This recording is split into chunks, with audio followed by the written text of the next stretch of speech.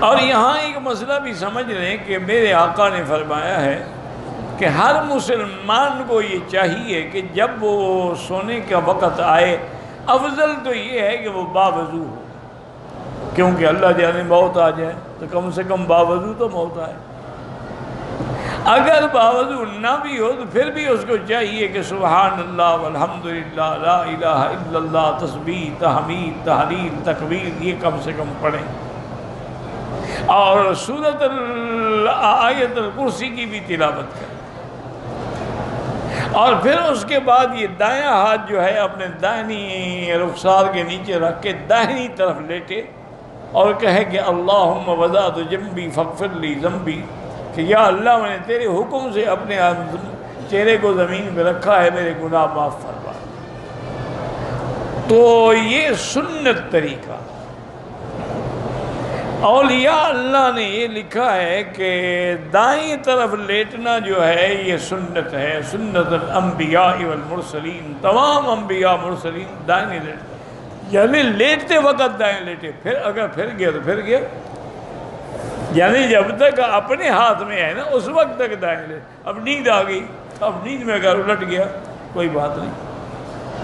تو انہوں نے یہ لکھا ہے کہ النوم علی ذات الیمین سنت الانبیاء والمرسلین، دائنے ہاتھ پہ لیٹنا جو ہے یہ انبیاء کی سنت ہے، والنوم علی الیسار، اور بائیں ہاتھ پہ لیٹنا جو ہے یہ نوم الغافلین ہے، یہ غافل لوگوں کی نیند۔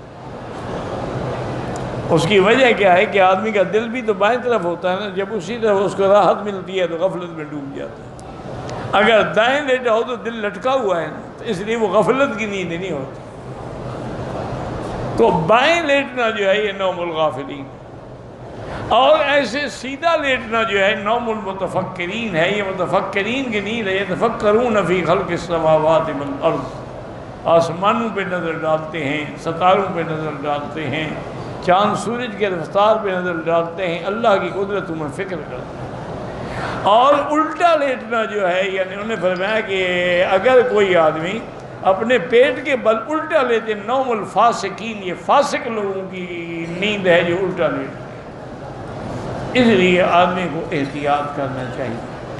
لیکن یہ شان والے لوگ ہیں جب وہ کرتے ہیں نا تو اللہ ان کا انتظام کر دیتے ہیں کہ اب دیکھیں سونے کا انتظام بھی کر دیا، جگہ بھی کر دی، اب پلٹنے کا انتظام بھی کر دیا، وَنَقَلِّبُهُمْ ذَاتَ الْيَمِينِ وَذَاتَ الشِّمَالِ۔ اسی طرح ایک بڑا تب مستند واقعہ آتا ہے تاریخ میں کہ ایک کشتی میں کچھ لوگ جا رہے تھے،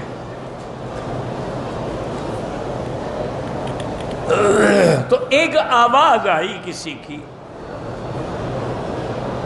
اس نے کہا کہ بھائی اگر تم 1000 دینار مجھے دے دو تو میں تمہیں ایک ایسا وظیفہ اور عمل بتلاؤں گا جو تمہاری ہر مشکل کو حل کر دے۔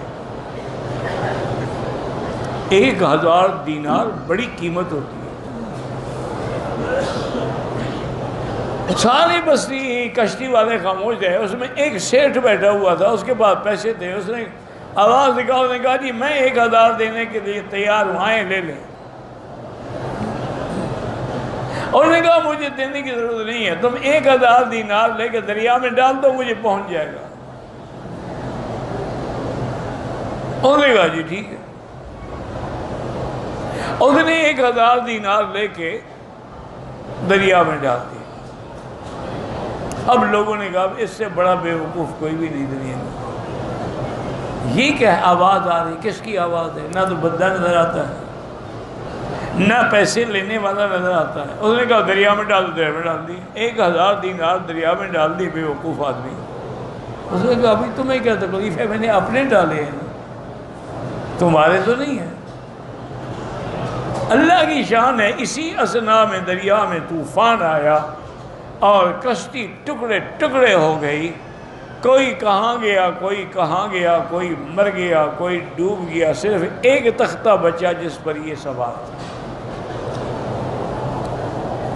اور وہ تختہ کنارے آگے لگ گیا۔ تو اس نے کنارے پہ چلنا شروع کر دیا کہ بھی کہیں آبادی میں پہنچوں تو کہیں جاؤں نا، کدھر جاؤں؟ نہ اسباب ہے، نہ کھانا ہے، نہ پینا ہے، نہ کچھ ہے، پانی تو چلو ساتھ ہی دریا چل رہا ہے،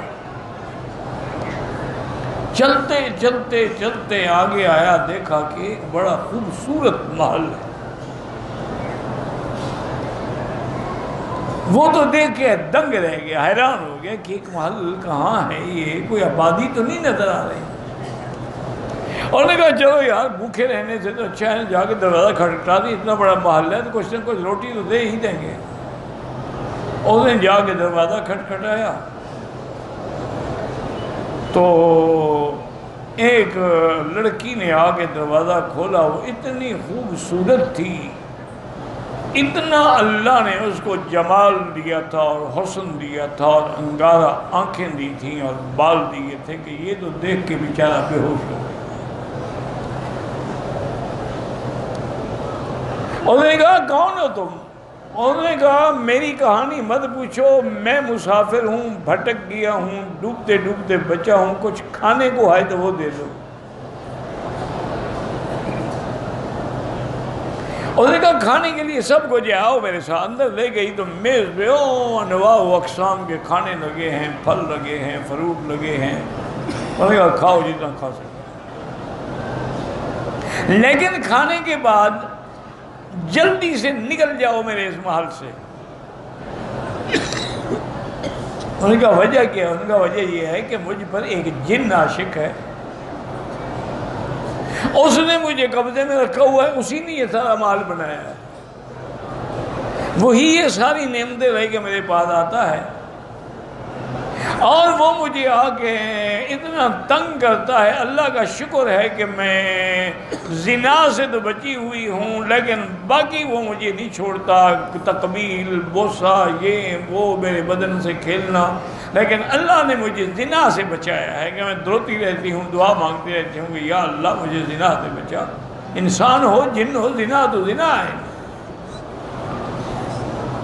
اور اس نے کہا کہ ابھی اس کے آنے کا وقت ہو رہا ہے، وہ بڑا ظالم جن ہے، تمہیں مار ڈالے گا، تم فوراً نکل جاؤ۔ اس نے کہا بی بی بات سنو، اگر میں نے مرنا ہوتا دریا میں نہ ڈوب جاتا۔ اس کا معنی ہے کہ اللہ مجھے مارنا نہیں چاہتے ہیں۔ اچھا، اور اگر جن نے آگے مجھے مار بھی ڈالا، تمہارا کیا قصور ہے؟ تم آرام سے بیٹھی رہو۔ اس نے کہا کہ میں نے بڑا عجیب قسم کا مشروب بنے ہوئے تھے پیا، زندگی میں نے ایسی چیزیں نہیں کھائی تھی، نہیں پی تھی، اتنی دیر میں شور اٹھا، گڑگڑاہٹ ہوئی اور جن آ گیا۔ اس نے دور سے مجھے دیکھا اور اس نے اس لڑکی سے کہا یہ کون اجنبی ہے جو میرے محل کے اندر آیا ہے؟ اس نے کہا میں جانتی ہوں کون ہے۔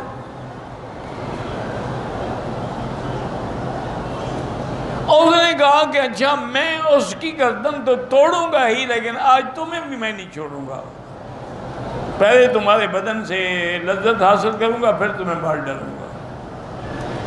وہ کہتے ہیں وہ بزرگ نے جو دریا میں جب مجھے پیسے ڈالے تھے نا، ایک وظیفہ بتایا تھا کہ وَمَن يَتَّقِ اللَّهَ يَجْعَل لَّهُ مَخْرَجًا وَيَرْزُقْهُ مِنْ حَيْثُ لَا يَحْتَسِبُ وَمَن يَتَوَكَّلْ عَلَى اللَّهِ فَهُوَ حَسْبُهُ إِنَّ اللَّهَ بَالِغُ أَمْرِهِ قَدْ جَعَلَ اللَّهُ لِكُلِّ شَيْءٍ قَدْرًا، کہ جب کوئی مصیبت ہو یہ پڑھا کرو۔ وہ کہتے ہیں میں نے پڑھنا شروع کر دیا، میں پڑھتا گیا، جن جو ہے نا وہ جل گیا، اپنی آگ میں خود جل گیا میرے وظیفہ پڑھنے سے۔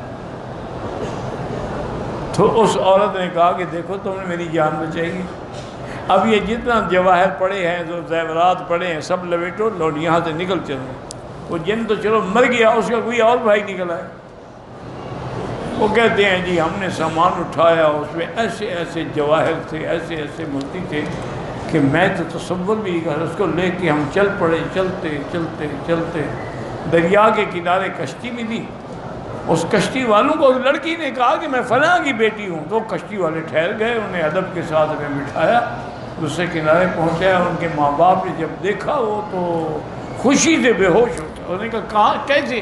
انہوں نے سارا قصہ سنایا۔ انہوں نے کہا بھائی بات سنو، تم ذریعہ بنے ہو ہماری بیٹی کی عزت اور جان بچانے، اور دوسری بات یہ ہے کہ اس تنہائی میں محل ہو، آزادی ہو، تنہائی ہو، جمال ہو، حسن ہو، اور تم نے اس کو ہاتھ بھی نہیں لگایا۔ یہ دلیل ہے تمہاری عفت کی، ہم اپنی لڑکی کا خوشی سے تمہارے ساتھ نکاح کرتے ہیں۔ اور نے کہا جی میں نے تو 1000 دینار دیا تھا نا، اللہ نے مجھے کروڑوں دینار دے دیا، اور برکت کیا تھی صرف اسی آیت مبارک کی۔